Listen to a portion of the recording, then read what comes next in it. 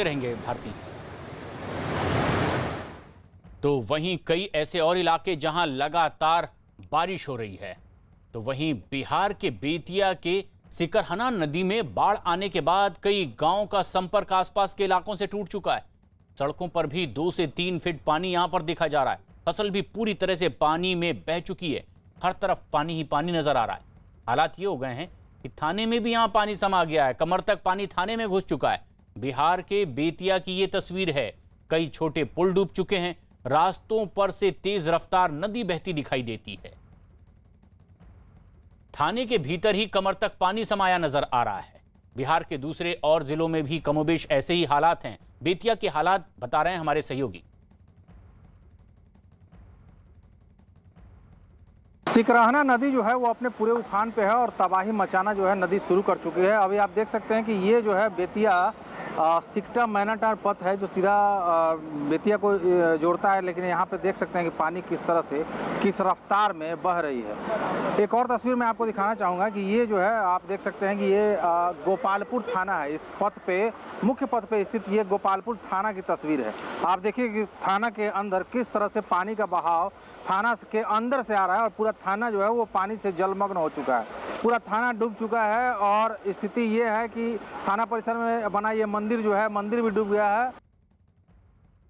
बिहार झारखंड के कई इलाकों में लगातार पिछले कई घंटों से बारिश हो रही है और उसके बाद इस तरह की आफत। निरंजन कुमार रांची से हमारे सहयोगी हमसे सीधे जुड़ रहे हैं। निरंजन, क्या आसपास के हालात बने हुए हैं? लगातार बारिश के बाद कई नदियां उफान पर हैं। किस तरह का अलर्ट जारी किया गया है? देखिए, पिछले 9 दिनों से झारखंड प्रदेश में जिस तरह से बारिश हो रही है, नदियां उफान पर है और मैं इस वक्त धुरबा डैम में हूं। आप देख सकते हैं कि एनडीआरएफ की जो टीम है वो अपने जो रूटीन वर्क के तहत प्रशिक्षण ट्रेनिंग ले रही है कि किसी तरह से कोई भी आपदा से निपटने के लिए पूरी तरह से मुस्तैद है। आप देख सकते हैं कि यह धुरबा डैम है और एनडीआरएफ रांची की टीम यहाँ कड़ी प्रशिक्षण के तहत यहाँ अपनी लगातार 1 महीना से प्रशिक्षण ले रही है, क्योंकि यहाँ नदियों का उफान में लगातार बढ़ोतरी हो रही है। पिछले दिनों से जिस तरह से 9 दिनों से बारिश हो रही है, सोनरेखा नदी, दामोदर और हुंडू नदी में और डैमों में जिस तरह से जलस्तर बढ़ा है, उसको लेकर के एनडीआरएफ अपनी टीम को यहाँ अलर्ट मोड में की हुई है और लगातार पिछले 1 महीने से यहाँ कड़ी प्रशिक्षण ले रही है। आप देख सकते हैं, मैं तस्वीरों में दिखाना चाहता हूं। मैं अपने सहयोगी संत से कहूंगा कि तस्वीरों के माध्यम से दिखाए कि किस तरह से धुरबा डैम में एनडीआरएफ की टीम यहां प्रशिक्षण ले रही है, ताकि किसी भी तरह प्रदेश में अलर्ट मोड में रखा जाए, क्योंकि जिला प्रशासन से लेकर के राज्य सरकार ने पूरी तरह से एहतियातन बरता है। पिछले 9 दिनों से जिस तरह से लगातार प्रदेश में बारिश हो रही है, उसके तहत अगले 24 जून तक यानी 4-5 दिन तक ये अलर्ट जारी किया गया है कि यहाँ वज्रपात हो सकती है, बारिश काफ़ी बढ़ोतरी हो सकती है। उसको लेकर के यहाँ ये आप देख सकते हैं तस्वीरों के माध्यम से।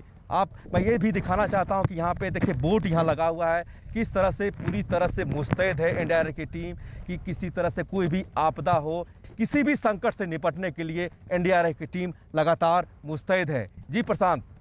रांची में इस तरह से ये पूरी तैयारी और मुस्तैदी उन एजेंसीज की जिनके ऊपर एक बड़ी जिम्मेदारी, लेकिन कई और इलाके जहां लगातार बारिश हो रही है और मुश्किलें लोगों की बढ़ रही है। उत्तराखंड के पिथौरागढ़ में भी पिछले 48 घंटे से बारिश लगातार जारी है और इसकी वजह से आसपास की नदियां उफान पर हैं। बंगापनी तहसील में नदी के उफान पर आने की वजह से पेड़ और दुकानें उसकी जद में आ गए हैं। ये वही जगह है जहां 11 लोगों की मौत हो गई थी। वहीं चिरकिला बांध के गेट खोले जाने के बाद नदियों में उफान आ गया है। भारी बारिश के बाद चिरकिला बांध के गेट खोलने पड़े और इसके बाद धौली और काली नदी उफान पर हैं। डैम से पानी छोड़े जाने के बाद लोगों को नदियों के किनारों से अब दूर रहने की भी सलाह दी गई है।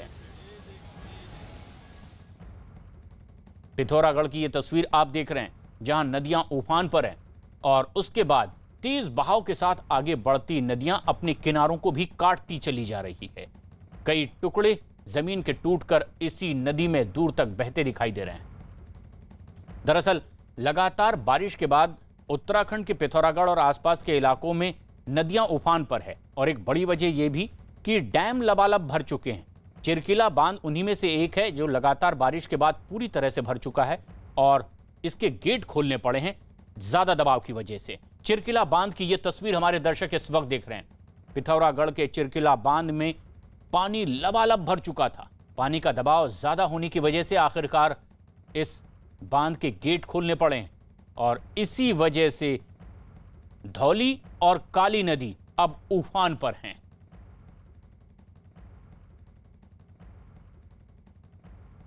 उधर बिहार के भी कई इलाकों में लगातार बारिश की वजह से लोग मुश्किल में दिखाई दे रहे हैं। बिहार के छपरा में तो एक दूल्हा अचानक आई बाढ़ में ही फंस गया। इसके बाद दूल्हे को नाव का सहारा लेकर बाहर निकाला गया। बताया गया कि एक बारात छपरा के गांव पहुंची थी, लेकिन बाढ़ आने के बाद सब लोग उसमें फंस गए। दूल्हा और दुल्हन को नाव की मदद से फिर बाहर निकाला गया।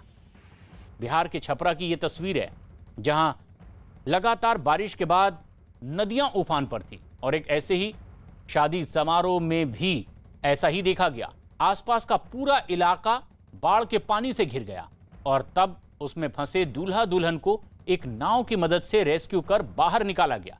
बिहार के छपरा की यह तस्वीर है।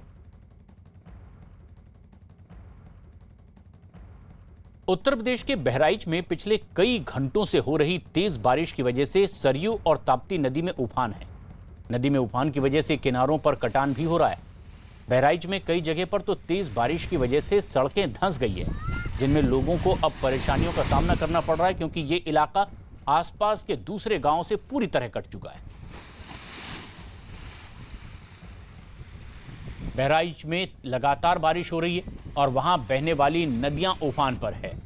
नदी के किनारों का कटान लगातार देखा जा रहा है, यानी तेज धार अपनी और जगह और रास्ता बनाने के लिए किनारों को काटता हुआ आगे दिखाई दे रहा है। कई रास्ते भी इसमें पूरी तरह से टूट चुके हैं और ऐसे में यातायात पर भी असर पड़ा है। लगातार बारिश के बाद कई नदियों की तेज धारों ने सड़कों को भी नुकसान पहुंचाया है। कई जगह सड़कें बुरी तरह से क्षतिग्रस्त हुई है, टूट गई है, तो कई जगह छोटे पुल भी डूब गए हैं। एक बड़ी